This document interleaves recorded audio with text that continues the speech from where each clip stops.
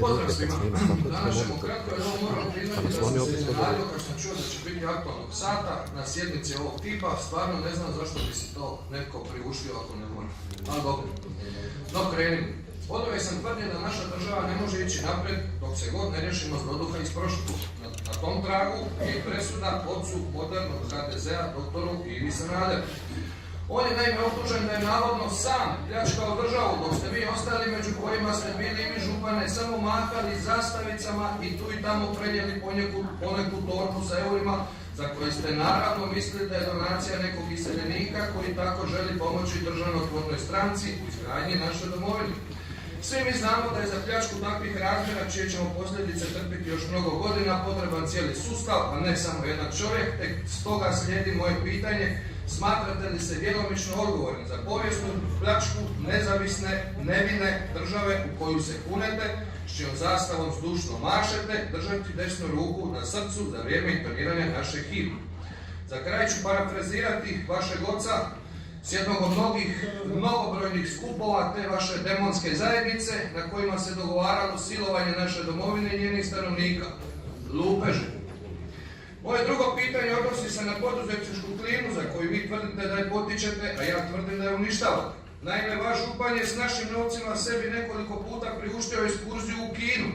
Sad bi čovjek rekao, išao je tamo dogovoriti nekakva ulaganja, investicije važne za razvoj ovog izmišljenog poligona za uhljebljivanje koje nazivate županija, kad on na povratku priča neke nebuloze o nekakvim autobusima, avionskim linijama i ulaganju u Gaženicu. Sve ono što ga se po njegovim riječima ne tiče.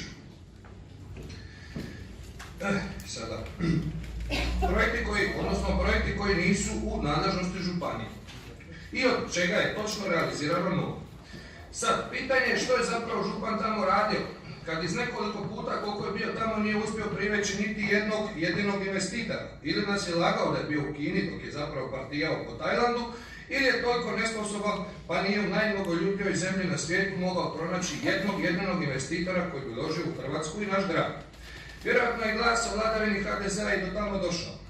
I sad, nakon pustog partijanja po Tajlandu i okolnim otocima, pomalo nam postaje jasno što je župan zapravo tamo radio. Nakon što su upoznali stručnjake, u navodne znakove, koje smo im tamo poslali da pripreme teren, Kinezi su normalno odlučili da nema smisla pregovarati s pijunima, te su organizirali sastanak sa državnim vrhom na našem klubu u Dubrovniku. Kako prati medije, prvo je izašla informacija da, zamislite, nema niti jednog poduzetnika ili dužnosnika prijavljenog za sudjelovanje na kineskom samitu, na što je, vjerujem, reagirao vaš župan, te se u ponovljenom tekstu o istoj temi pojavila informacija da će ipak vaš župan sudjelovati na samitu, vjerojatno kako bi opravdao to što je s našim novcem 5 puta u 2 godine putovao u Kinu. Pored toga pojavila se i poražavajuća informacija koja je ne samo razotkrila prave razloge trošenja proračunskih sredstava, već i bit propadanja uhljebničko-klijentelističke i nepotističke voljene nam zemlje Hrvatske. Mene bi osobno bilo sram i stid, kao i vjerujem sve one koji vjeruju u moralna načela demokratskog poretka, da u javnosti izađe informacija da sam kao čelnik Zadarske regije i svih njenih poduzetnika, malih i velikih, na jedan od bitnijih događaja za razvoj poduzetničke klime poveo samo svog sina.